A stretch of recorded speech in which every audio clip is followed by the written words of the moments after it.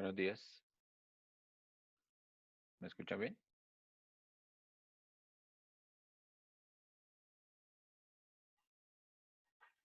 Buenos días.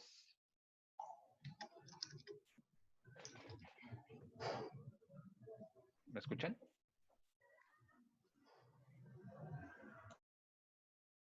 Dame una señal, por favor. ¿Me escuchan bien? Sí, señor. Ok. Buenos días, profe. Buenos días para todos y todas.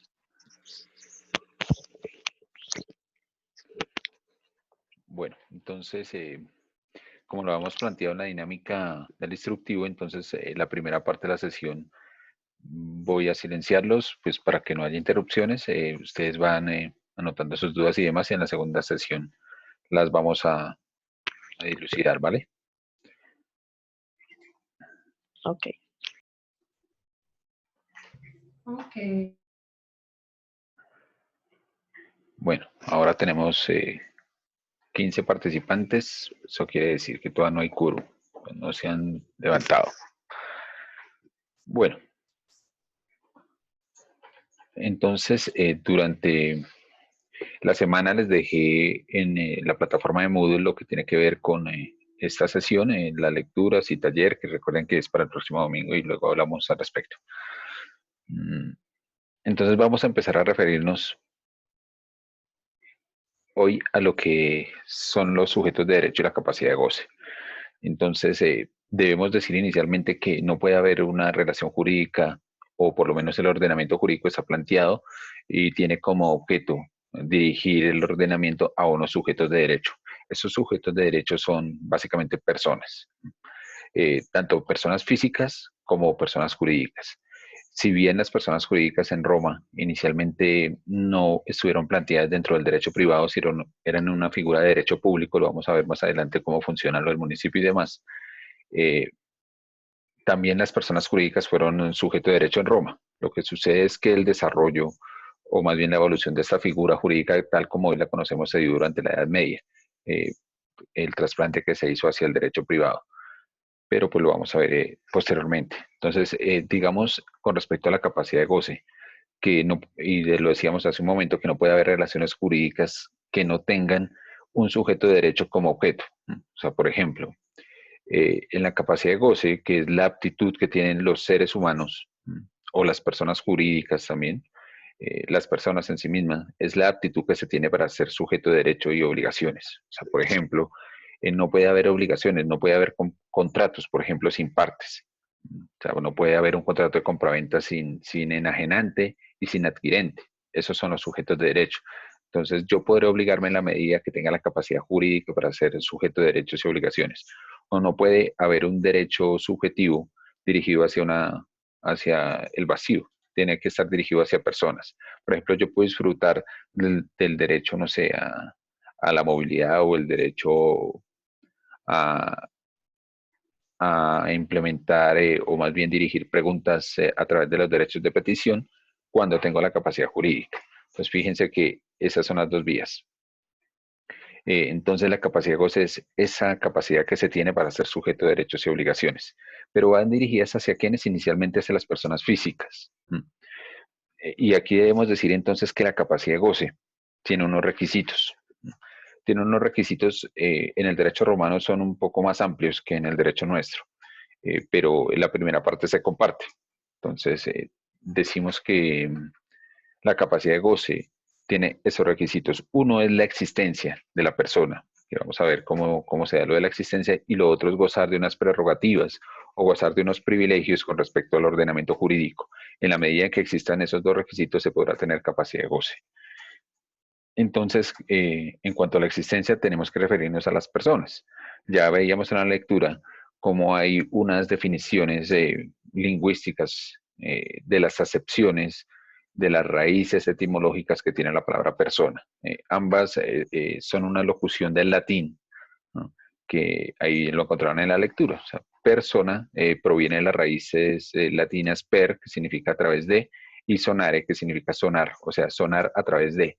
¿Por qué? Porque seguramente los que han tenido oportunidad de presenciar o ver alguna obra de teatro clásica de la Edad Media, los los personajes, los actores utilizan unas máscaras. ¿Por qué? Porque esconden su personalidad. ¿Por qué? Porque se la están prestando a un personaje. Entonces, los romanos tienen la concepción de que las personas, hay un alma, hay un ente interno, hay una mente que usa el cuerpo para manifestarse en el mundo. Entonces, por eso es que se habla de personare, de persona. Esas definiciones también estaban dadas en la lectura. En distintas áreas del conocimiento hay unas definiciones. Por ejemplo, se hablaba de que, no sé, que en la filosofía la persona es la expresión de la esencia, de la esencia. Recuerden, por ejemplo, la máxima de Descartes, ser, ¿no? O no ser, esa es la cuestión, decía. Entonces, se habla de ser en la medida en que se exista, en que haya una esencia del ser humano. ¿No? Una persona que es responsable, que es autónoma, que tiene voluntad, etcétera. Se parece mucho a la definición de la psicología, en la que la persona es una integración, una mixtura de componentes, uno de componente biológico y otro de componente psíquico, lo que denominan en psicología el ego. En la teología también es parecido, la persona es un ser que tiene libre albedrío, según, por ejemplo, la teología judaica, y es una mixtura también de un cuerpo y de un espíritu. En biología, que es la que más nos interesa a nosotros los juristas, debemos recordar esas nociones que aprendimos durante nuestra secundaria de lo que es la taxonomía. Recuerden ustedes que hay una distribución, unas categorías para clasificar a los seres vivos. Entonces, por un lado está el reino, por el otro, más abajo en las categorías está el filum, está el orden, está el género, está la especie. Nosotros entonces somos la especie del Homo. Recuerden que los nombres científicos de los seres se dan en latín. Los romanos conocían al Homo como el ser humano con forma humana. Ya vamos a ver cómo funciona ello. Entonces, el ser humano está clasificado taxonómicamente dentro del filum de los mamíferos, dentro del orden de los primates, dentro del género de los homínidos, y son aquella especie, los seres humanos que poseen un cerebro un poco más voluminoso que las demás especies, que tienen una postura erecta, además que tienen manos prensiles o prensibles, que pueden sujetar cosas con sus manos. Esas es más o menos las características que permiten la clasificación del ser humano. Entonces, esa es la definición que nos interesa a nosotros en el sentido jurídico, ¿no? Es el homo, el ser humano, como sujeto de derecho, ¿no? Al que el ordenamiento jurídico le reconoce esa capacidad de goce. Entonces, debemos aquí hacer énfasis en que no todas las personas en Roma, más bien no todos los seres humanos son personas, ¿no? O por lo menos no son personas en cuanto al contenido de la personalidad jurídica. ¿Por qué? Porque sabemos, por ejemplo, que los esclavos, por más seres humanos que fueran, no tienen capacidad jurídica en Roma, y es allí donde apunta el segundo requisito de la capacidad de goce. Bien, entonces nosotros, nuestras concepciones de derecho privado, de derecho civil, están contenidas en el Código Civil, que provienen, como ya lo hemos visto anteriormente, directamente de las nociones que nos traen el derecho romano. Y la definición de persona está dada en el artículo 74 del Código Civil. Ustedes ya tienen estas nociones por sus clases de derecho civil. Entonces, persona natural, que para los romanos es la persona física.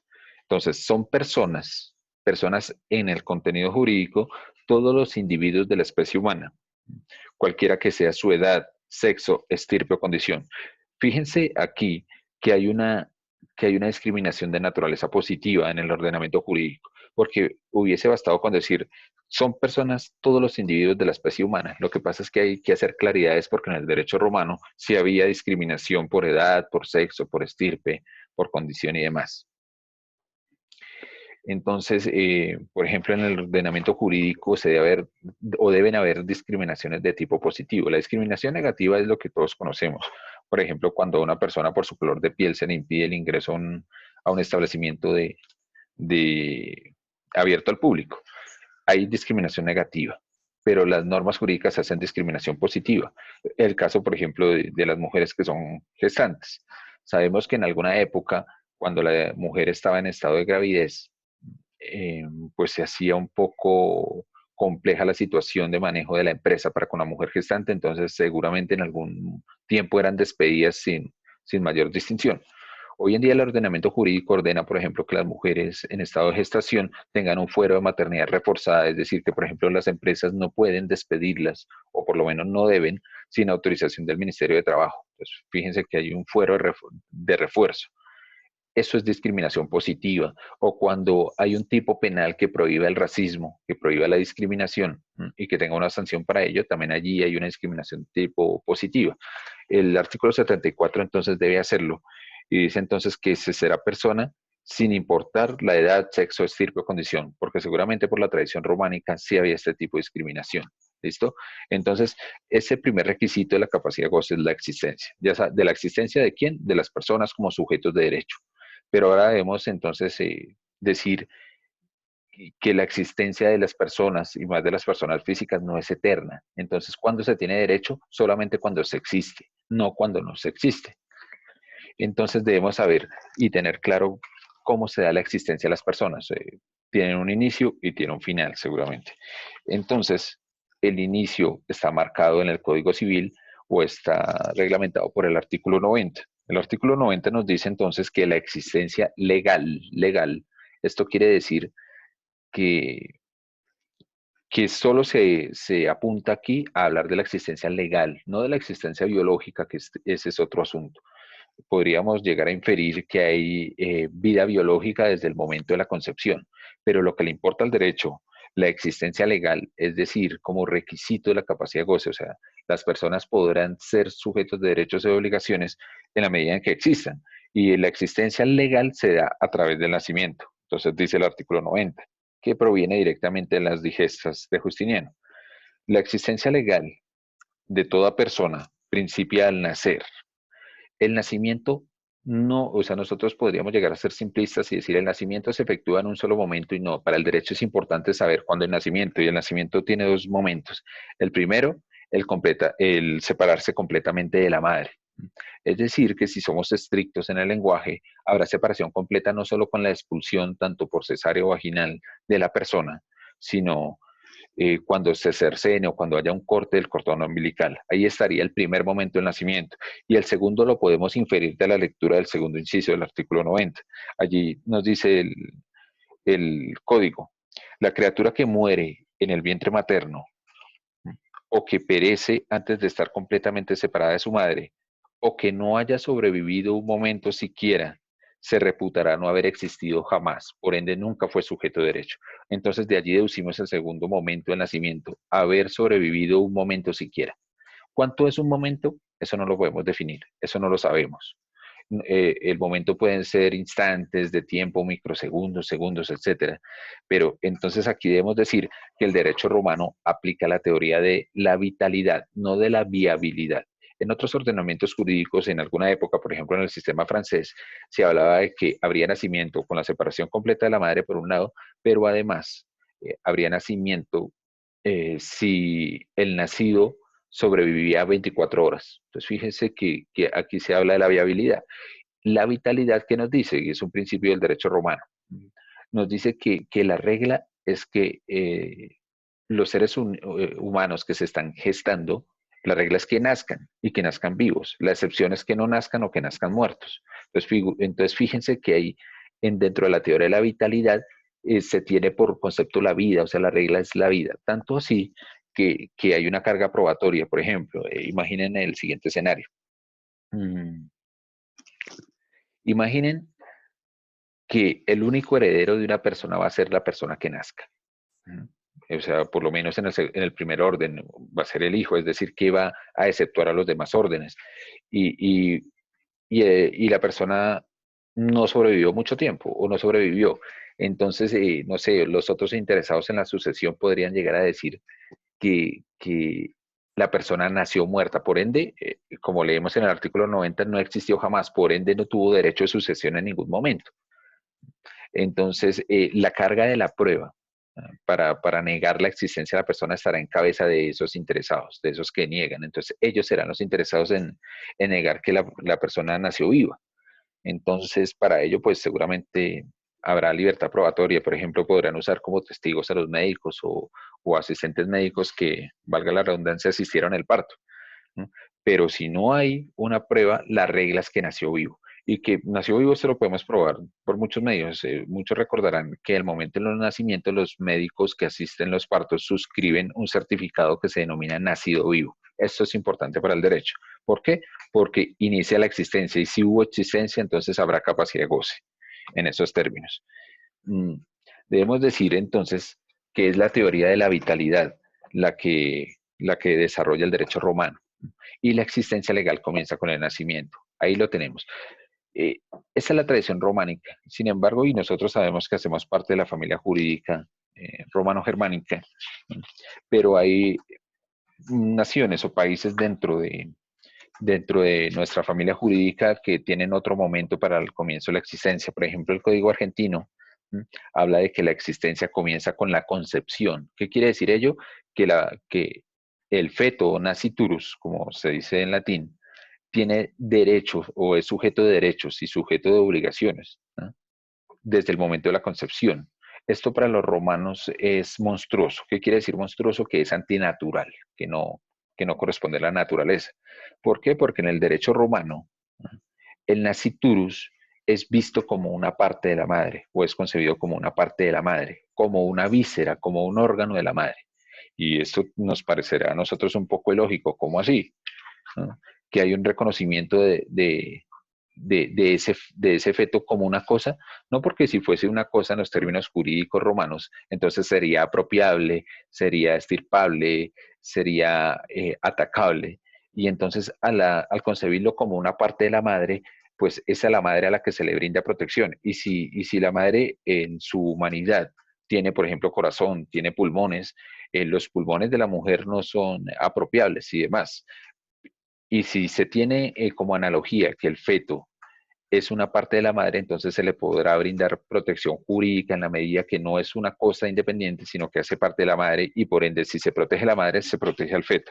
Eso nos dice la teoría de la vitalidad. Entonces, ¿qué implica ello? Que el ordenamiento jurídico protege al nasciturus, es decir, protege la expectativa de vida. Como ya lo dijimos, la regla es que nazca. Entonces, en ese orden de ideas, el ordenamiento jurídico debe prestarle protección al feto.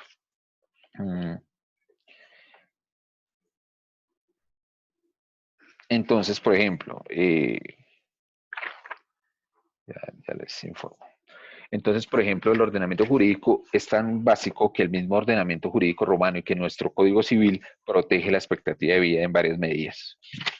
El artículo 91 del Código Civil nos dice, la ley protege la vida del que está por nacer. Fíjense que hay un reconocimiento tácito de vida, no de existencia legal, sino de vida, ¿no? El juez, en consecuencia, tomará a petición de cualquier persona o incluso de oficio las providencias que le parezcan convenientes para proteger la existencia del no nacido, siempre que se crea que de algún modo peligra. Entonces, fíjese que el mismo Código Civil hace una protección de la expectativa de vida que está dentro del vientre materno. En nuestro ordenamiento jurídico, por ejemplo, en nuestra Constitución Nacional, el artículo 43 ordena que tanto durante el embarazo como después del parto, tanto la madre como el bebé reciban especial asistencia y protección del Estado. Entonces, fíjense que el ordenamiento jurídico, si bien no reconoce una personalidad jurídica, por lo menos inicialmente hablando, al nasciturus, sí de él se deriva una protección. Esa protección jurídica, por ejemplo, que tipifica dentro del Código Penal el aborto como un delito. El aborto, pues no el espontáneo, porque no está tipificado como un delito, sino la inducción al aborto, el aborto por la fuerza, la interrupción del embarazo, eh, que está prohibido por el ordenamiento jurídico. Es decir, que si el derecho penal observa la expectativa de vida como un bien jurídico tutelable por el derecho penal, allí implícitamente hay una protección de la vida. Y fíjense que pues las discusiones de esta época que abordan el aborto, más bien el aborto médico, con unas expectativas también lo que hacen es tanto proteger la vida del nasciturus como proteger la posibilidad, la libertad que tiene la mujer para ser o abstenerse de ser madre. Entonces, allí encontramos, por ejemplo, la sentencia C355-2006, que es la que nos habla del aborto médico en 3 momentos, ¿no? O sea, solo hay 3 causales que permiten el aborto médico y que ustedes ya seguramente las conocen, por lo menos las han escuchado anunciar, y es la que tiene que ver, por ejemplo, con, eh, con relación a los hijos no deseados por la mujer en la medida en que ese embarazo atente contra, contra la salud, tanto emocional como física de la mujer. Entonces allí estará la primera causal. También encontramos allí las malformaciones del feto, ¿no? Entonces allí podrá haber libertad para practicar el aborto médico, o la tercera, que es cuando de la relación, o sea, el embarazo sea resultado de una relación sexual abusiva, de una relación sexual a la fuerza, o inclusive allí se incluye, por ejemplo, lo que es el incesto. La mujer podría llegar a tener libertad médica para abortar si la relación sexual es producto de un incesto. Entonces, fíjense cómo el ordenamiento jurídico va protegiendo la vida a través de este tipo o de estos tipos penales. El artículo 93 del Código Civil también es interesante porque le reconoce unos derechos diferidos, es decir, futuros al que está por nacer, unos derechos, por ejemplo, de naturaleza patrimonial. El artículo 93 nos habla entonces de los hijos póstumos y nos dice derechos del que está por nacer. Los derechos que se diferirían a la criatura que está en el vientre materno si hubiese nacido y viviese estarán suspensos hasta que el nacimiento se efectúe. Y si el nacimiento constituye un principio de existencia, entrará el recién nacido en el goce de dichos derechos como si hubiese existido al momento en que se difirieron. Y entonces imaginen el escenario que es muy frecuente en nuestro medio social, ¿no? En el que durante el periodo de gestación de un naciturus, de una persona que está por nacer, durante ese tiempo fallece el padre. ¿Qué pasa con la sucesión del padre si se supone que, por ejemplo, si el hijo ya hubiese nacido, es el hijo el que tiene derecho a suceder a su padre? ¿Por qué? Y adelantémonos un poco, porque ustedes conocen que hay unos atributos de la personalidad por sus clases de derecho civil. Dentro de esos derechos está el patrimonio. Entonces, hay unos derechos que no se suceden. Hay unos derechos, por ejemplo, el derecho al nombre de la persona que muere, pues ese no es objeto de transmisión de derechos por vía de la sucesión, pero sí su patrimonio, sí sus bienes y demás. Eso sí se suceden. Y recuerden que no puede haber un atributo de la personalidad sin sujeto de derecho. Fíjese que tan importante que la capacidad de goce. O sea, no puede haber un patrimonio sin sujeto de derecho. Eh, bueno, con excepción de que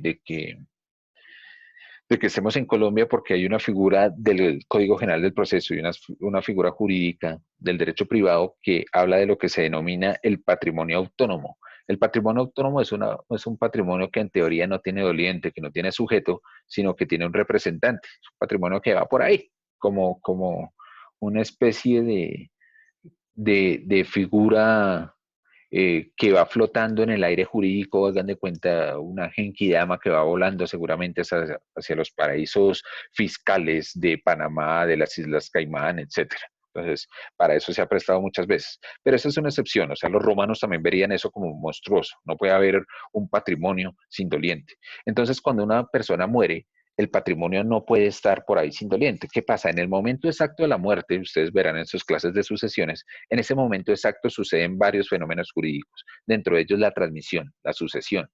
¿Quiénes son los herederos?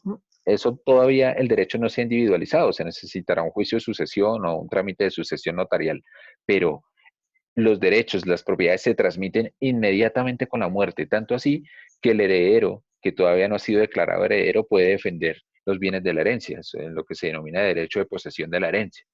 Entonces, ¿qué pasa con esta persona que aún no ha nacido, pero que está por nacer y fallece su padre durante la gestación?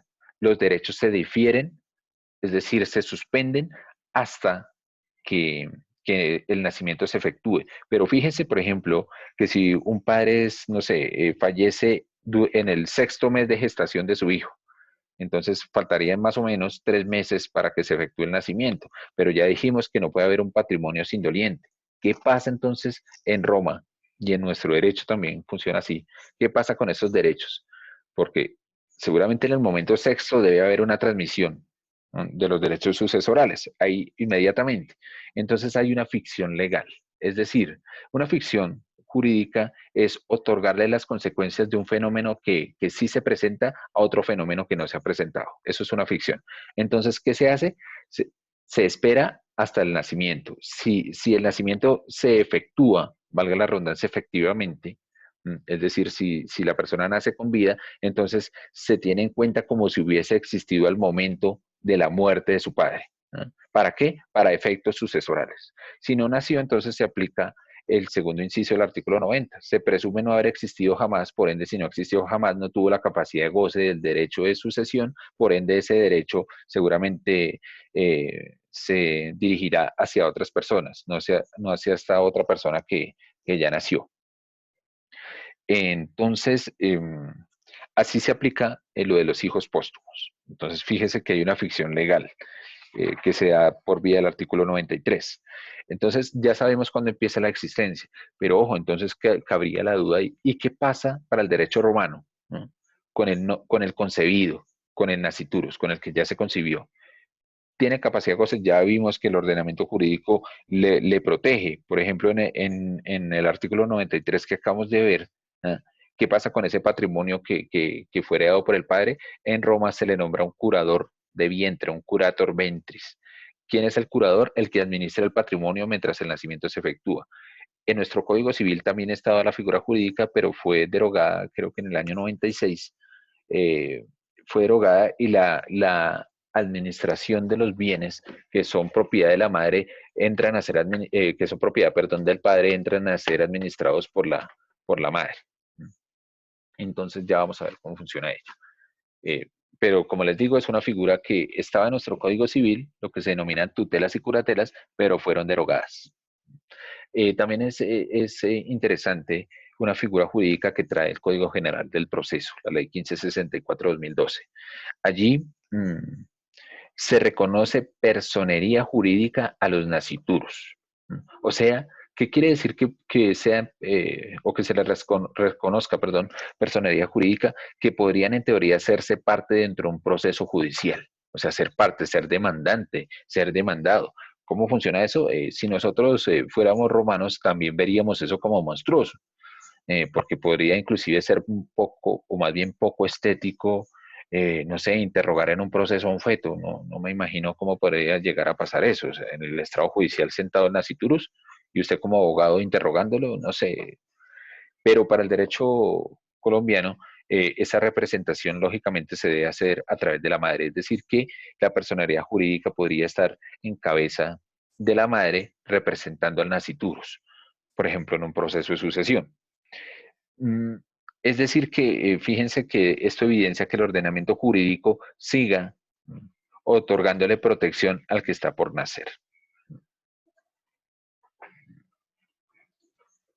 Bien, entonces, eso es lo que tenemos que decir en cuanto al nacimiento. Pero también es interesante saber, para proteger los derechos del concebido o del nasciturus, cómo se da ello perdón, cómo se da la concepción. ¿Cuánto dura la concepción? Porque fíjense que uno de los atributos que hay que garantizarle al nasciturus, esperando que nazca, por ejemplo, es su derecho al nombre. Recuerden que esos atributos de la personalidad, ustedes que los aprendieron seguramente con la fórmula del enano capado, ¿no? Estado civil, nacionalidad, capacidad, patrimonio, domicilio.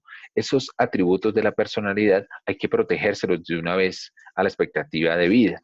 Y, por ejemplo, la afiliación, el estado civil, el derecho al nombre, que está reconocido en nuestro medio dentro de los derechos del niño declarados por la UNESCO, que es una categoría de la ONU. Entonces, allí se reconoce que todos los niños y niñas tienen derecho al nombre, pero es decir, que tienen derecho a la afiliación. Entonces, fíjense que en un derecho, imaginen el derecho romano, o sea, la afiliación con la madre no es tan complicada, no es tan complicada en la medida en que, ¿cuál es la evidencia de que la madre es la madre del hijo? Pues el mismo parto, ahí no hay tanto complique. Pero ¿y qué pasa con el padre? Mm, ¿Qué pasa con el padre?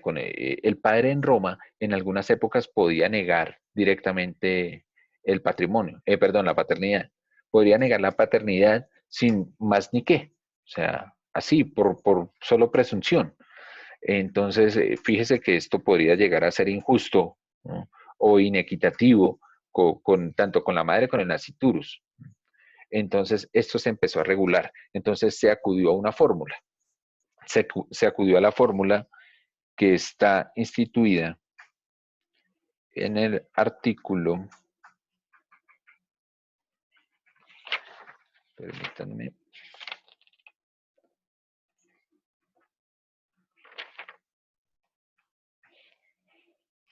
92 del Código Civil, que dice y reza así: de la época del nacimiento se colige, o sea, se concluye, la de la concepción, según la regla siguiente. Se presume de derecho, pero ese de derecho está en corchetes, ¿eh? Porque ese de derecho fue declarado inexequible por la Corte Constitucional en el año 1998. ¿Y por qué? Porque aquí hay una confusión que normalmente los estudiantes de derecho, porque seguramente los docentes no lo tenemos tan claro, a veces pecamos con lo que es una presunción de derecho. Y una presunción de derecho es diferente a una presunción legal. La presunción de derecho no admite prueba en contrario. La presunción legal sí admite prueba en contrario. Es decir, que el texto jurídico en la presunción legal podrá decir X y esa presunción aplica si no se aporta una prueba en contrario, pero si se aporta, esa presunción se cae.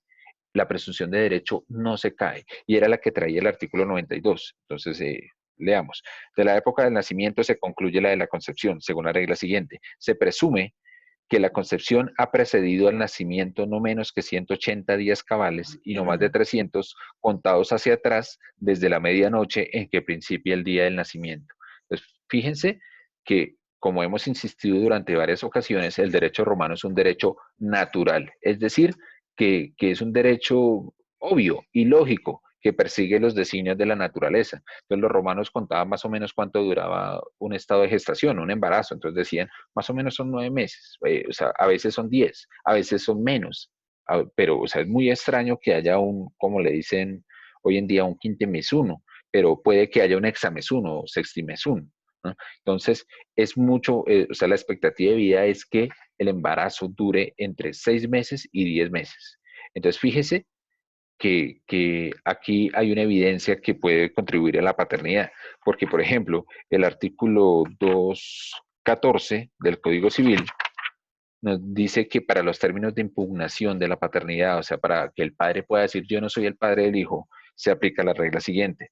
Ojo, la regla es que el hijo que nace después de expirados los 180 días subsiguientes al matrimonio o a la declaración de la unión marital de hecho, se reputa concebido en el vínculo y tiene por padres a los cónyuges o a los compañeros permanentes, excepto unos casos. Entonces, fíjense que hay una presunción legal que admite prueba en contrario, pero es una presunción legal de que el hijo es del esposo. ¿Mm? O sea, imaginen en el escenario en el que eh, usted y su esposa, si usted es hombre, usted y su esposa habitan en el apartamento 101 de la Torre 1 del conjunto. Y todos los vecinos ven que usted sale todos los días a la misma hora con la señora, que usted ingresa a la misma hora con su señora, usted al otro día vuelve y sale con la señora y así todos los días. Es decir, que se observa que por más que no se haya hecho una declaración expresa, los vecinos sabrán que son esposos, que son marido y mujer, ¿no? Y si un día la señora resulta embarazada, ¿no? Y si tiempo después tiene un hijo, adivinen de quién la gente presume que es el hijo. ¿No? Del que habita con la señora. No van a decir, no, es del otro vecino, es del lechero, es del panadero, ¿no? Del domiciliario de Rappi. ¿No? Muy complicado. Entonces se presume que hay paternidad en la medida en que mmm, se concibe dentro del matrimonio. Eh, bueno, entonces, allí hay una presunción legal que es desvirtuable por la prueba. Y no hay problema cuando, por ejemplo, usted se casa con su esposa y su hijo nace, no sé, a los 2 años, al año, ¿no? De haberse casado. Allí no hay problema de quién se va a presumir del esposo. Pero ojo, ¿qué pasa si el matrimonio es celebrado, no sé, supongamos el 31 de diciembre, ¿no? Y el hijo nace el siguiente 31 de mayo? ¿No? Entonces cualquiera diría, uy, ¿cómo así? Entonces, ¿cómo así? ¿La gestación duró 5 meses? ¿no? Entonces, ahí es donde aplica la presunción de la que leímos hace un momento del artículo eh, 92, ¿no? El de la presunción de la concepción. ¿Por qué? Porque el hijo será del esposo, del padre, si se encuentra la gestación dentro de 180 días, por un lado. ¿Y qué pasa, por ejemplo? O sea que el problema es con los extremos temporales. ¿Y qué pasa cuando el hijo es concebido dentro de los 300 días siguientes? Figúrese el siguiente escenario. El esposo y la esposa tuvieron muchos problemas, no fue fructífera la convivencia, entonces decidieron poner fin a su matrimonio, disolverlo, divorciarse. Y entonces se despiden como una pareja civilizada. Entonces, bueno, pero pues el último día del matrimonio, pues despidámonos como empezamos para que tengamos un bonito recuerdo de esto y deciden tener relaciones sexuales el último día. ¿Mm? Si el hijo nace dentro de o sea, por ejemplo, imaginen el escenario, entonces se divorcian el 31 de diciembre, ¿ah?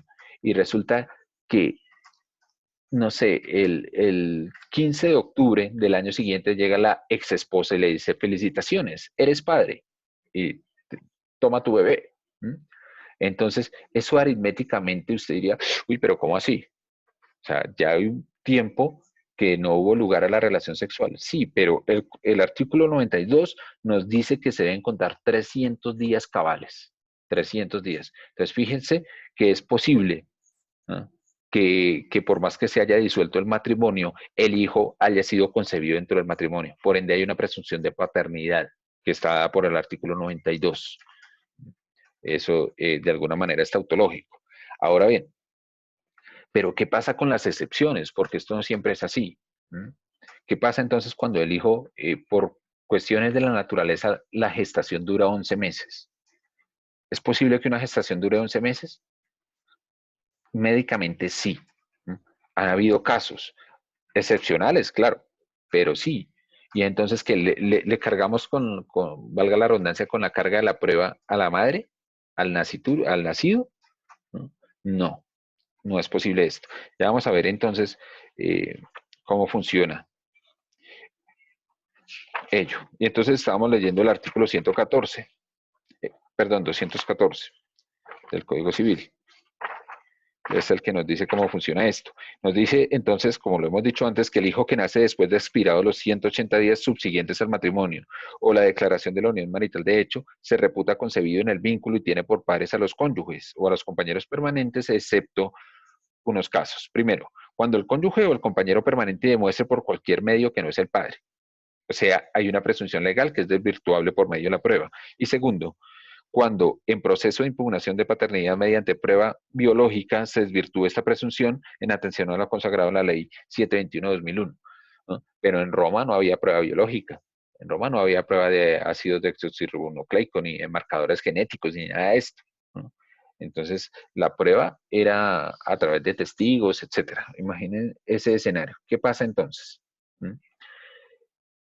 El padre debería mostrar la incapacidad para haber accedido a la mujer. Por ejemplo, en lo que consagra el artículo 220 del artículo civil. A petición de cualquier persona que tenga interés en ello es, pues, supongamos, la sucesión o la impugnación, declarará el juez la ilegitimidad del hijo nacido después de expirado los 300 días subsiguientes a la disolución del matrimonio. Si el marido estuvo en absoluta imposibilidad física de tener acceso a la mujer desde antes de la disolución del matrimonio, se contarán los 300 días desde la fecha en que empezó esta imposibilidad. ¿No? Ya vamos a ver cómo funciona.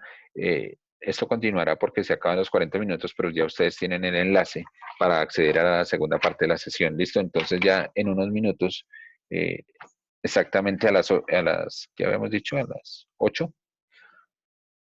Ya se me olvidó. Bueno, a la hora que teníamos programada, entonces ya nos vemos muchos. Entonces, para que sigamos revisando estos conceptos. Sí, a las 8 en punto, entonces nos vemos aquí otra vez en Zoom, ¿vale?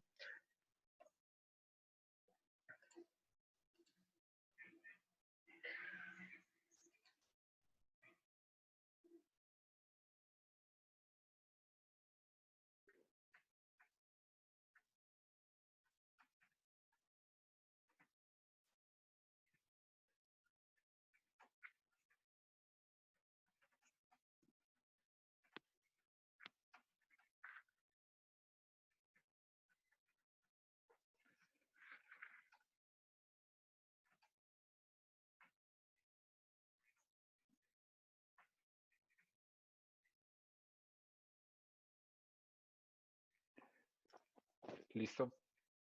¿Me escuchan bien? Sí. Sí, señor. Ok.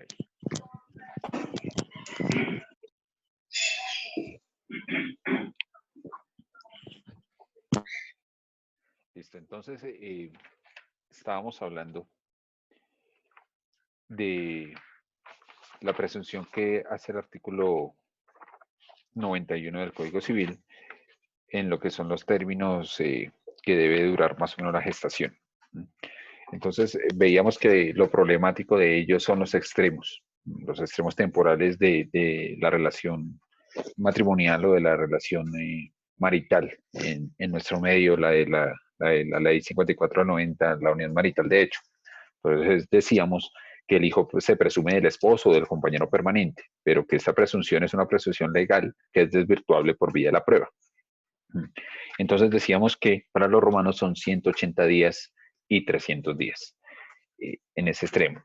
Pero y hablábamos entonces de que es posible que haya excepciones.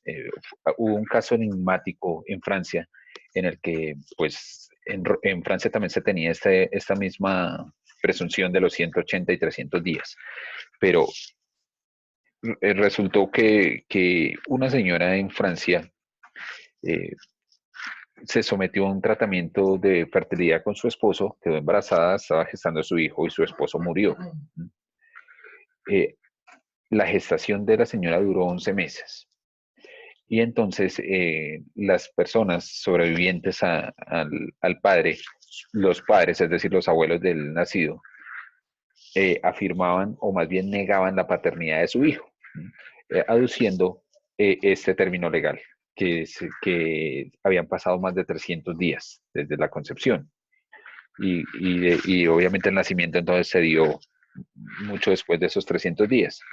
Entonces, la señora, la mamá del menor aportó como prueba unas pruebas médicas que hablaban de que por vía de ese tratamiento de fertilidad se sometió a una excesiva carga hormonal a la mujer. Por ende, los peritos médicos certificaron que efectivamente la gestación duró más de 300 días. Entonces hubo que corregir esta presunción legal porque hay excepciones y no podemos hacer soportar la carga de la prueba a la madre o al menor. Y no basta, por ejemplo, en nuestro ordenamiento jurídico, estábamos leyendo el artículo 220 que nos decía que era posible eh, negarlo, negar la paternidad. Nos decía el artículo 220 que a petición de cualquier persona que tenga interés actual en ello, sea en la impugnación, declarará el juez la ilegitimidad, o sea, la no paternidad del hijo nacido después de expirados los 300 días subsiguientes a la disolución del matrimonio. Si el marido estuvo en absoluta imposibilidad física de tener acceso a la mujer desde antes de la disolución del matrimonio, se contarán los 300 días desde la fecha en que empezó esta imposibilidad. Lo dicho acerca de la disolución se aplica al caso de la separación de los cónyuges o de la declaración de nulidad del matrimonio. En una época, pues hoy en nuestro medio es fácil, de hecho la regla es que se practique la prueba biológica, o sea, contra la prueba biológica esta presunción legal no tiene cabida, pero en Roma, imaginen en el escenario en que, por ejemplo, el hombre romano se iba para la guerra, una campaña larga, no sé, la guerra de las Galias, y fue una campaña de 2 años, y luego a los 2 años que no hubo ningún tipo de relación sexual, cuando llegara de nuevo a su hogar, la esposa le presentara a su hijo con la edad de 1 año. Pues lógicamente pues debía aducir esta circunstancia el hombre romano ante los magistrados. Hoy en día pues contamos con las pruebas científicas y esto es un poco mucho más fácil de manejar que como se manejaba en aquel tiempo.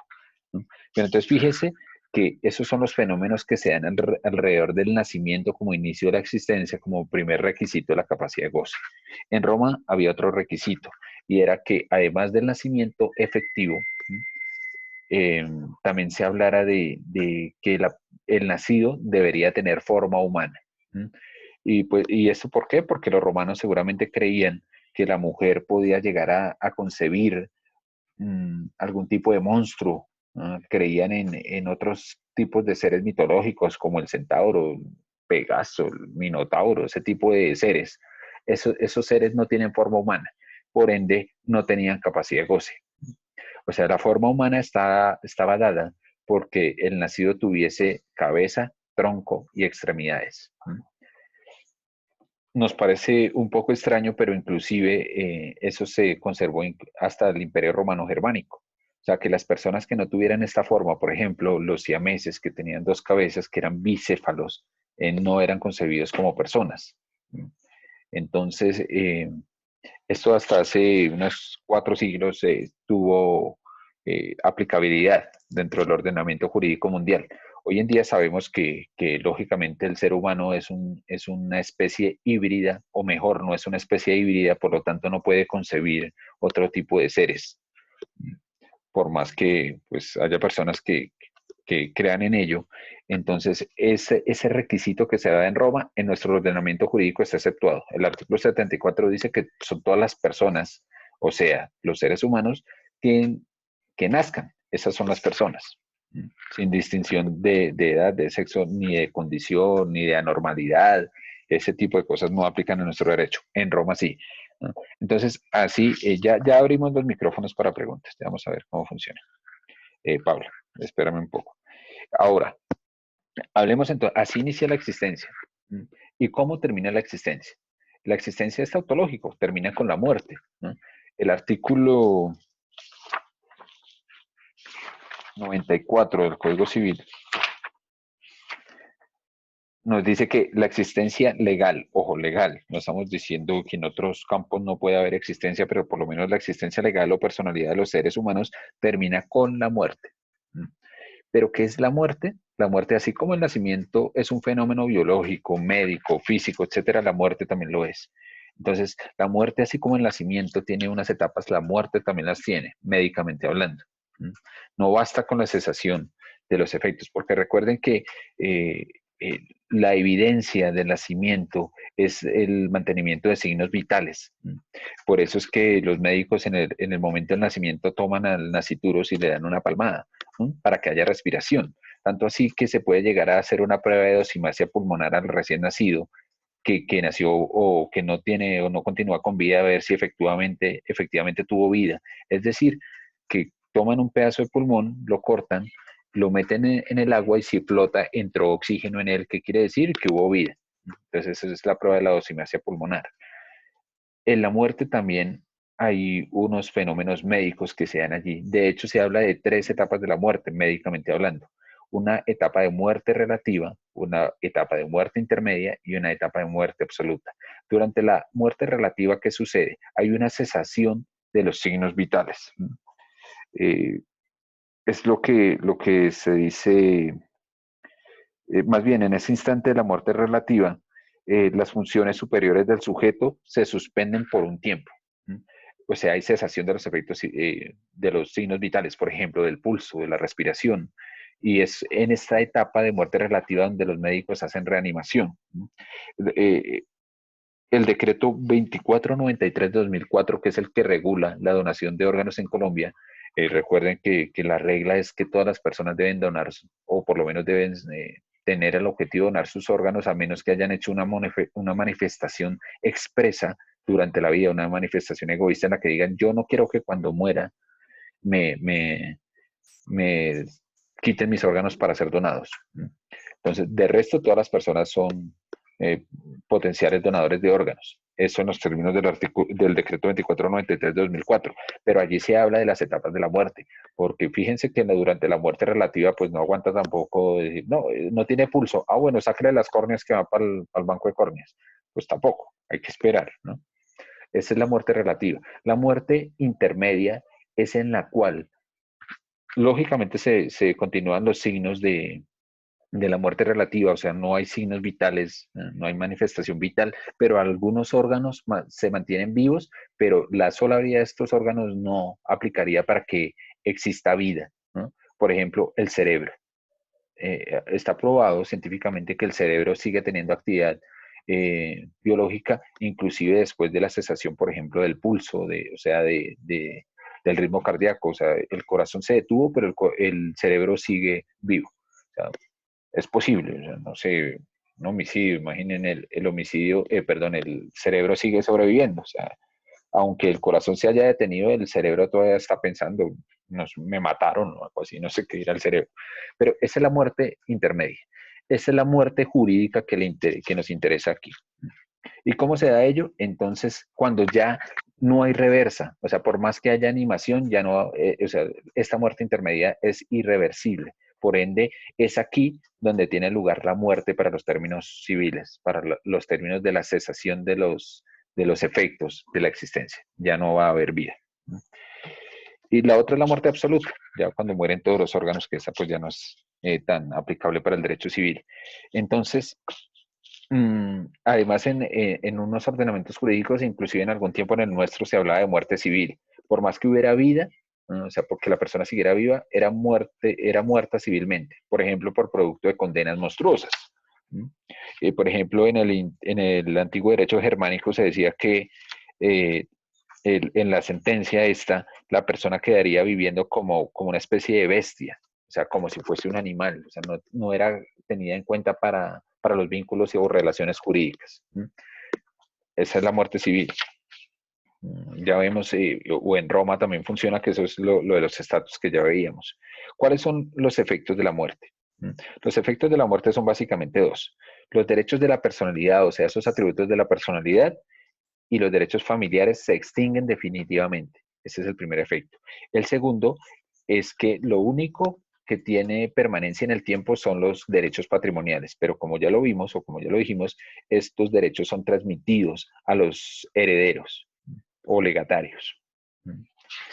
Bueno, hay otros fenómenos jurídicos que se dan alrededor de la muerte. Uno es el caso que es el que aplica para nuestro Código Civil. El artículo 95 nos habla de la conmuriencia. ¿Y qué es la conmuriencia? Es contraria a lo que sucedía en Roma. El artículo 95 nos dice que si por haber perecido dos o más personas en un mismo acontecimiento, ¿qué quiere decir? Que hayan muerto por la misma causa en el mismo lugar, como en un naufragio, incendio, ruina o batalla o por otra causa cualquiera, y no pudiese saberse el orden en que han ocurrido sus fallecimientos, se procederá en todos casos como si dichas personas hubieran perecibido en un mismo momento y ninguna de ellas hubiera sobrevivido a las otras. Imaginen el 13 de noviembre de 1985, la tragedia de Armero, ¿no?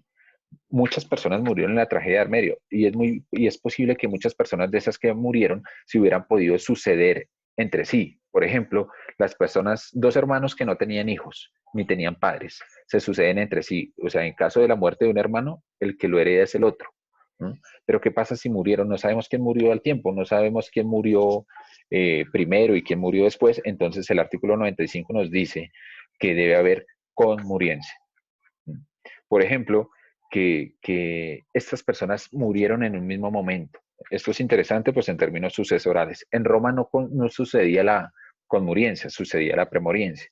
¿Qué implica ello? Que hay una persona que sobrevive a las otras, ¿no? Pero como hemos dicho, el derecho romano es natural, entonces por ende hay unas personas más débiles que otras, hay unas personas que necesitan protección de otras. Ese es el caso de los hijos impúberes, o sea, las personas, mujer o hombre, que en el caso de las mujeres sean menores de 12 años y en el caso de los hombres sean menores de 14, necesitan la protección de su padre. Por ende, en un acontecimiento de estos, por ejemplo, un naufragio, una batalla, el que muere primero es el hijo, le sobrevive el padre. Caso contrario a lo que sucede si el hijo, siendo puber, o sea, siendo mayor de 12 si es mujer y siendo mayor de 14 si es hombre, eh, el que muere primero es el padre. ¿Para qué? Para que el hijo pueda heredarlo. En Roma funciona la premoriencia, para el caso del ordenamiento jurídico colombiano funciona es la conmuriencia. Y hay otro tipo de muerte, que es el denominado muerte presunta, que está prescrito en el artículo 97 del Código Civil, pero para hablar del 97 tenemos que hablar del artículo 96 y definir qué es la mera ausencia. El artículo 96 del Código nos dice que cuando una persona desaparezca del lugar de su domicilio, ignorándose su paradero, se mirará el desaparecimiento como mera ausencia y la representarán y cuidarán de sus intereses sus apoderados o representantes legales. Ojo, mera ausencia. ¿Pero qué es la ausencia? La ausencia es no, como en el lenguaje vulgo, no, por ejemplo, únicamente la no presencia en un lugar, sino esa no presencia va acompañado de ignorar el paradero de la persona y además de que no se sepa si está viva o muerta. Entonces, inicialmente se habla de que es un mero ausente, es decir, que hay una expectativa de que sigue vivo, no sabemos. Eh, por ejemplo, las personas que desaparecen, no sé, un mes, 2 meses, todavía hay una expectativa de que reaparezcan. Es por eso, por ejemplo, que filósofos como Pastor López hablan de brindar por el ausente, no por el muerto presunto, ¿no? Entonces, se tiene una expectativa de resurgimiento, de reaparecimiento, cosa contraria a lo que sucede en el artículo 97 del Código Civil, porque pues los derechos de las personas o esos atributos de la personalidad no pueden estar suspensos. Entonces, el artículo 97 del Código nos dice que si pasaren 2 años sin haberse tenido noticias del ausente, se presumirá haber muerto este si además se llenan las condiciones siguientes. ¿Cuáles son las condiciones? Que se hubiese, hay que probar, este proceso es muy exigente, los jueces son muy exigentes para declarar la muerte presunta de alguien. Entonces se debe probar, por ejemplo, que se iniciaron las labores de búsqueda de la persona, que se agotaron todos los recursos para poder encontrarla y aún así no se encontró. O sea, hay que probar que se pusieron los anuncios, que se pegó la foto en los postes, con la última foto sin filtro de Instagram de la persona para que pudiera ser encontrada, porque si acompañada de filtro no la encuentran. Además,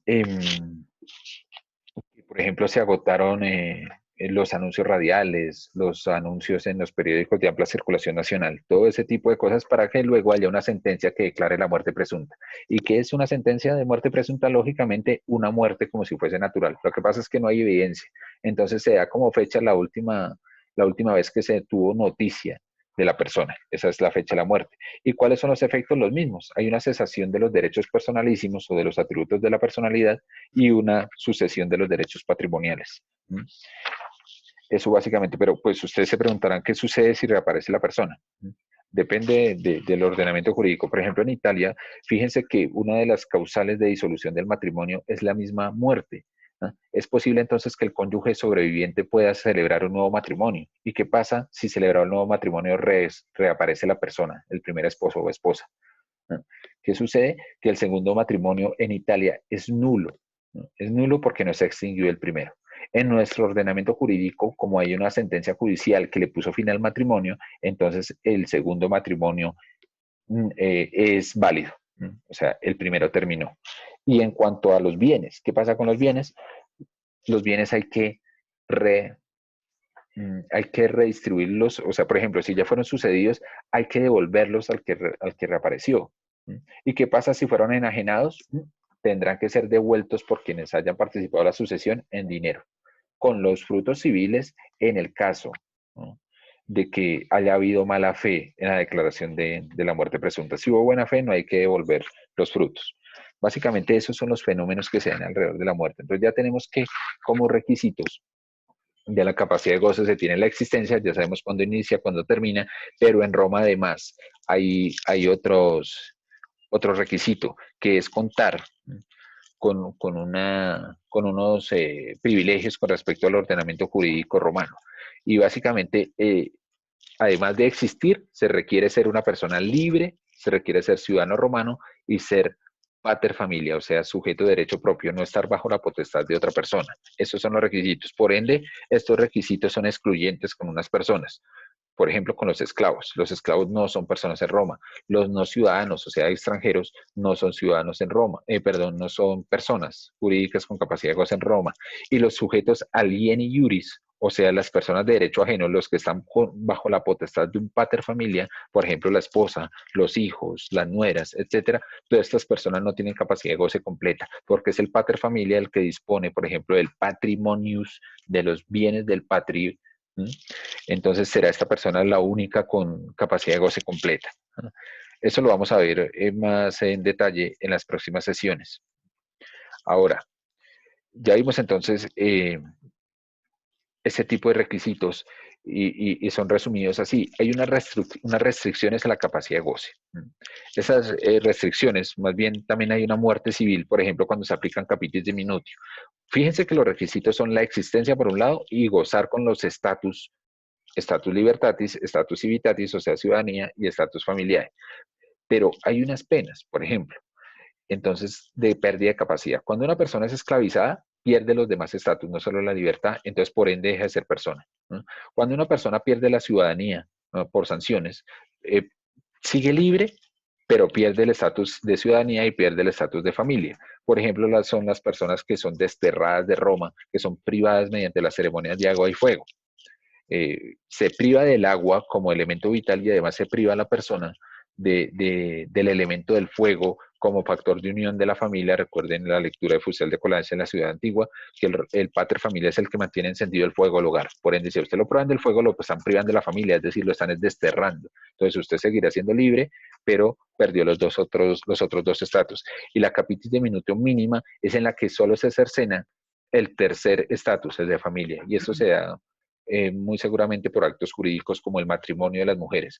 Cuando las mujeres se casan y el matrimonio es solemne, ya vamos a ver cómo funciona, entonces se pierde el estatus familiar con respecto a la familia original, o sea, con respecto a su padre original, para entrar a la nueva familia del esposo. Entonces hay un cercenamiento del estatus familiar original. Y hay otras restricciones de la capacidad de goce, básicamente son por circunstancias. Por ejemplo, la condición social de algunos funcionarios que no pueden celebrar matrimonios siendo funcionarios en otras provincias romanas, no pueden celebrar matrimonios con mujeres extranjeras. Por ejemplo, imaginen a Poncio Pilato. Poncio Pilato no podía casarse con una mujer palestina porque estaba prohibido. ¿Por qué? Porque si estuviese permitido, la Palestina hubiera adquirido ciudadanía romana. Entonces está prohibido. La declaración de infamia, ¿no?, cuando las personas son judicialmente sancionadas con penas como no poder servir como testigo en procesos judiciales, lo cual es sumamente infame en Roma, o sea, infame sin nombre, no nombre o de mala fama. ¿Ah? Lo que sucede con nosotros, que también se está en la capacidad jurídica cuando usted es reportado en centrales de riesgo, ese es algo parecido. Usted pierde capacidad financiera. Muchas gracias a usted, profesor. Porque no pierde, o más bien pierde la capacidad de contratar, por ejemplo, créditos de consumo o el ejercicio de algunas profesiones. Los religiosos no pueden casarse, los religiosos romanos no pueden casarse, o causas físicas como que un castrado no pueda casarse. ¿Por qué? Porque como el derecho romano es natural, o sea, el matrimonio es para procrear, si usted es castrado, pues seguramente no va a poder procrear. Entonces, en ese orden de ideas, las personas eunucas o castradas no son o no tienen la capacidad jurídica completa, la capacidad de goce en Roma. ¿Listo? Básicamente, entonces, resumamos. Capacidad de goce, aptitud para ser sujeto de derechos y obligaciones y requisitos de la capacidad de goce de existencia, nacimiento efectivo, forma humana, que además esa existencia termina con la muerte, como ya lo vimos, con la muerte presunta, que en Roma no existe tal como la conocemos de los 2 años, sino en Roma, como el derecho romano es natural, se supone que la persona vive 70 años, entonces usted no puede ser declarado muerto hasta los 70, luego a los 70 se inicia quizás algún tipo de proceso. Y además, acompañado de los requisitos de existencia, los requisitos de estatus con respecto al ordenamiento jurídico, que son el estatus libertati de libertad, el civitati de ciudadanía y el familiae de pater familia. ¿Listo? Entonces, ahora sí abramos los micrófonos para que puedan ustedes exponer sus dudas.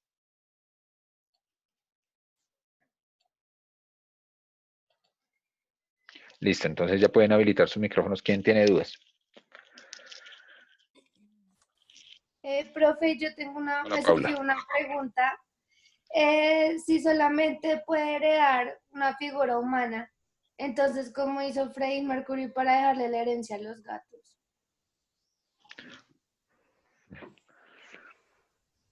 Pues bienaventurado el gato que heredó a Freddie Mercury. Lo que pasa es que en el derecho romano, se requiere de capacidad de goce, ¿no?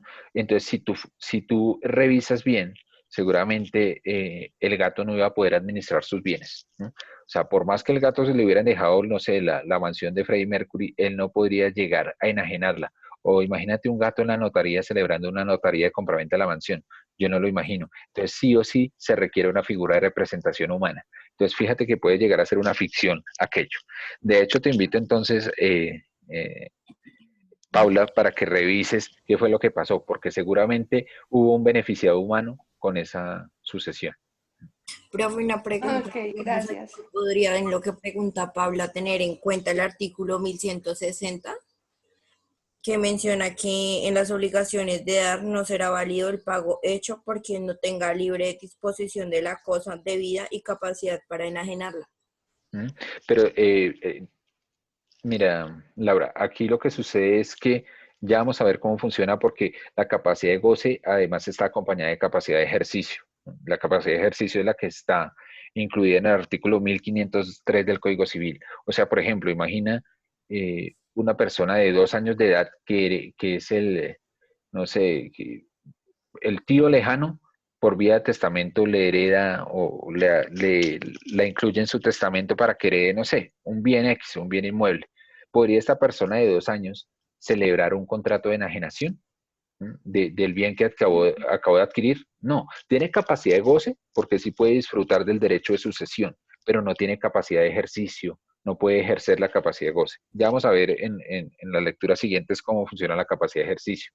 Pero, por ejemplo, Ah, en los términos de capacidad, Laura, eh, esto está o se ha visto sumamente modificada, muy profundamente modificado por la ley 1996 de 2019, que le reconoce capacidad a todas las personas que en teoría, según el Código Civil, con las expresiones viejísimas romanas que contenía, personas incapaces como los mentecatos, los idiotas, los estúpidos, los imbéciles, todas esas personas de las que hablaba el Código Civil, que básicamente son personas con algún tipo de discapacidad cognitiva, ahora se les reconoce total capacidad de ejercicio, porque capacidad de goce siempre tuvieron, capacidad de ejercicio. Entonces, ustedes durante sus clases de teoría del negocio jurídico y seguramente de obligaciones tendrán que profundizar en ellos y ojalá sus docentes estén actualizados porque allí hay una importante reforma. Inclusive en Roma, como restricción a la capacidad de ejercicio, que también hasta hace poco tiempo, muy poco tiempo funcionó en Colombia, se habla de interdicción. Entonces, los interdictos tampoco son capaces de ejercer su capacidad de goce, pero sí tienen capacidad de goce. ¿Te es claro, Laura? Sí, señor. entonces, viendo eso, el que tiene el gato, tiene la capacidad de gozar de los bienes que le dieron al gato. Pues ¿Puede ser? Juan, yo me imagino eso, porque yo no me imagino un gato con capacidad de goce. Imagínese. Profe, Claro. ya leí sobre eso y dice que, por ejemplo, Freddie Mercury sí le dejó parte de su herencia pues a su familia, a la mujer que tuvo, y pues resulta de que dicen que los gatos siempre estuvieron en la mansión, pero de que, por ejemplo, el banco allá de Estados Unidos pues no hizo nada al respecto, porque pues lo que usted dice, ¿no? Pues es un animal y no puede ser dicho transmitir. Mire, lo Pero que de sucede, todos modos, si se hace la capacidad de goce, pues solamente viviendo dentro de la mansión de Freddie Mercury, pero me imagino que eso será su herencia. no, no, no. No, los animales no tienen capacidad de goce. Si ustedes miran, por ejemplo, las sentencias recientes de la Corte Constitucional, se les reconoce como, como, como seres vivientes, como seres sintientes, pero no como con capacidad de goce. Porque imagínate, el gato, por más plata que haya dejado Freddie Mercury en la casa, el gato no puede ir a comprar su propio Whiskas, ¿no? No lo creo, la verdad. Entonces, fíjate que hay unas normas jurídicas que en nuestro medio se denominan normas de orden público. O sea, el testamento puede decir que yo le dejo todos los bienes, todos mis bienes a mi vecino. ¿Por qué? Porque mi vecina es buena gente, porque me cayó bien, porque que entra y sale, dijo el grupo Galé. Pero eso viola las disposiciones de orden público, porque los testamentos deben observar unas legítimas necesarias. Es, por ejemplo, que dentro del testamento se deben incluir los órdenes sucesorales tal cual como lo dice el Código Civil. Entonces no puedo, tanto así que si yo en un testamento dejo una manifestación de la voluntad contraria, por ejemplo, que le dejo todos mis bienes a mi vecina teniendo hijos, ni modo, ese testamento no se va a observar. Entonces es posible que Freddie Mercury haya dicho, sí, le voy a dejar mis bienes a mis gatos, pero que eso haya sido realizable en el mundo jurídico, no. Eso no es posible. Ah, bueno, profe, muchas gracias. Quedan 10 minutos. ¿Quién más tiene dudas? Profe, yo tengo otra pregunta. Hola. Bueno, por decirlo, alguien quiere dejar un testamento. En el testamento obviamente van incluidos los hijos, pero si quiere dar, digamos, heredar a alguien más, por decir nietos, primos, ¿lo puede hacer? Bueno, eso lo van a ver ustedes en sucesiones. Hay unos órdenes sucesorales que no se pueden violar, pero hay una cuarta de mejoras que fue elevada por una reciente ley de 2018 hasta la media de mejoras o de libre disposición. Usted podrá disponer de sus bienes solo hasta la mitad. La otra mitad debe observar las legítimas. Entonces usted puede seguramente o mejorar la condición de un heredero o dejarle bienes a otro heredero que esté por fuera de los órdenes sucesorales, pero solo hasta la mitad de sus bienes. Pero eso lo van a ver seguramente ustedes en sus sesiones. Profe, una pregunta. Aquí en la lectura mencionaban la palabra abrogación. No sé si ya hablaron de eso, pero no entendí bien esa parte. O sea, mencionaba que era cuando un pater familias, o sea, estaba con Sí. otro. Cuando un pater familia adoptaba a otro pater familia. Fíjense que un pater familia tiene la potestad de los bienes de su familia. Y qué interesante podría llegar a ser para un pater familia ser adoptado por otro pater familia, es decir, perder los derechos que ya tiene por vía de la capitis de minutio. Pues puede ser poco frecuente en nuestro medio, pero pues no tanto como lo pensamos. No sé, ahí de pronto piensen en, no sé, una institución jurídica novísima que se denomina en la argot popular ¿cómo es que le dicen? El sugar daddy. Una persona que tiene un patrimonio importante, que está próximo a perder sus derechos patrimoniales por causa de muerte, o sea, está muy próximo a la muerte, una persona que le queda muy poco tiempo de vida, ¿no? Que no tiene herederos, que no tiene con quién mantener su fuego del hogar, pues es posible que sea interesante para algún paterfamilia más joven ser adoptado por este paterfamilia. ¿Para qué? Para heredarlo, por ejemplo, en sus bienes. Entonces, pero básicamente ya lo vamos a ver cómo funciona la rogatio, que es una forma de adquirir la patria potestad de un paterfamilia hacia otro. Ok.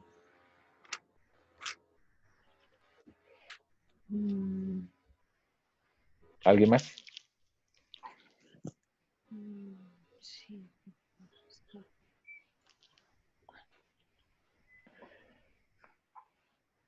Bueno, entonces mientras van pensando sus dudas, entonces en términos procedimentales, o sea, dejamos un taller que es para el próximo domingo, y además andar a las 11:55, pero ojo con el taller, porque he venido observando que los talleres pues se están haciendo de una forma un poco folclórica. Entonces, por lo menos les incluí, si ustedes leyeron bien el instructivo, o sea, talleres que tengan como respuesta una pregunta, una línea, 2 líneas, o sea, 2 renglones de respuesta, no, eso no debería ser. Entonces ahora hay un mínimo de líneas que debe contener su respuesta, 7. Y está la prohibición taxativa. Yo pensaba que eso estaba ya sobreentendido, que se prohíbe la copia, el plagio, ¿no? O sea, pues el Código Penal lo prohíbe, el reglamento estudiantil de la universidad lo prohíbe. Yo no sé si era porque no estaba la prohibición expresa, pero entonces hay muchos talleres que son copy y pega. O sea, sí, está bien que estamos dentro de la virtualidad, que estamos usando el computador y demás, pero pues tampoco. O sea, entonces se prohíbe expresamente la copia. O sea, no pueden acceder a otras fuentes porque las fuentes principales son las lecturas. O sea, a mí me interesa es que ustedes formen un propio criterio jurídico, pues observando el criterio de otros expertos, ¿no? Pero si copian y pegan, no va a pasar nada con eso. Entonces, por favor, no copien porque si no vamos a tener que cambiar la metodología de los talleres, ¿listo? Para prevenir la copia. Entonces, como no estaba la prohibición expresa, permíteme, como no estaba la prohibición expresa, entonces seguramente vamos a tener en cuenta los talleres que hasta el momento se han realizado. Pero les sugiero ello, por favor. Dime. Profe, lo que pasa es que yo tengo una duda con el primer punto. No sé si es que estoy muy cerrado o qué. Pero pues es que ahí dice, es que no tengo el taller ahorita aquí a la mano. De la comparación con la identidad jurídica, algo así. ¿Alguien tiene el primer punto ahí? Es que no lo No, tengo. yo ya te lo leo. El primero Ok. dice, explique a través de una institución jurídica de derecho colombiano, ejemplo, la capacidad de gozar de derechos de autor. Eso es un ejemplo, el concepto de la capacidad de goce.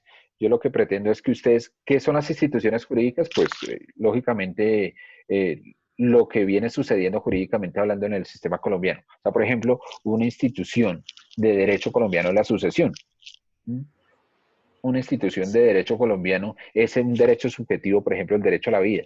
Entonces, ¿cómo funciona en estas instituciones de derecho colombiano? O sea, porque ustedes, ¿qué estudian? Ustedes estudian derecho, no precisamente. Ustedes lo que están estudiando es instituciones de derecho. O sea, todo lo que ustedes están aprendiendo son instituciones de derecho. Entonces, yo lo que pretendo es que ustedes, a través de un ejemplo del derecho colombiano, ¿no?, demuestren el concepto de la capacidad de goce. Ok, muchas gracias. Seguramente esta dinámica, después de la Semana Santa, va a ser corregida esto de Zoom, que pues tiene un límite de tiempo en los 40 minutos. Ustedes ya tienen acceso a unos correos institucionales que les ha dado la universidad y seguramente a través de esos correos tienen que aprender a usar la nueva herramienta que es Teams. Y esta sí no tiene un límite de tiempo como lo hemos venido manejando. Entonces, vamos a tener que adentrarnos en esa nueva herramienta. Y ahora, además, nos han dicho que pues no va a haber actividades durante la Semana Santa, que la próxima semana no vamos a programar sesiones, pero seguramente sí vamos a dejar alguna lectura que los acompañe en esa época de recogimiento para que ustedes reflexionen. Profe, yo tengo una última pregunta. Dime. En el capitis de minutio, que era el estatus que se le otorgaba a cada persona en la capitis máxima, cuando no contaban con ninguna de los requisitos, sí, que no tenían familia, no tenían ciudadanía, ni ¿cuál es la otra? Ni la libertad. Simplemente eso implicaba la muerte, o sea, los mataban. La muerte civil. O sea, como les dije inicialmente, o sea, básicamente eran tenidos como bestias, como cosas. O sea, cuando una persona, o sea, los estatus son jerárquicos. O sea, sin libertad no se puede tener ni ciudadanía ni familia. O sea, la única forma de tener las otras dos es con la libertad. Se puede tener familia, pero sin ciudadanía, que es la capitis diminuta. Entonces, ¿cómo sucede ello? Eso es una sanción. Entonces, si por ejemplo una persona es hecha prisionera de guerra, lógicamente pierde la libertad. Y al perder la libertad, o sea, al ser esclavizado, pierde tanto la ciudadanía como la familia. Si uno no tiene familia, si yo soy solo en el mundo, ¿no?, soy un pater familia. Ya vamos a ver cómo funciona esa figura. O sea, de hecho, hoy en día en el derecho colombiano se habla de familias unipersonales. Entonces, esa persona es un pater familia aunque aún no tenga familia. Es probable que la tenga en el futuro, pero va a perder su condición. ¿Qué quiere decir ello? O sea, por ejemplo, como les dije, el pater familia puede disponer de los bienes de la familia. O sea, él es el único miembro de la familia que los puede comprar, que los puede vender, ¿no? Entonces, esta persona tendría un patrimonio propio o de libre disposición. Eso es lo que perdería con la capitis de minuto mínima, por ejemplo, Laura. Sí, sí, señor.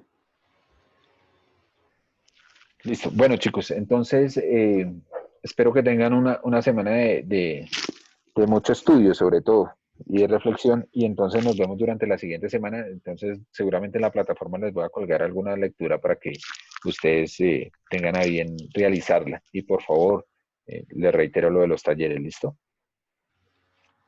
Listo, profe. Bueno, entonces, cuídense y estamos en contacto. Gracias, profe. Bueno, adiós. Taitos.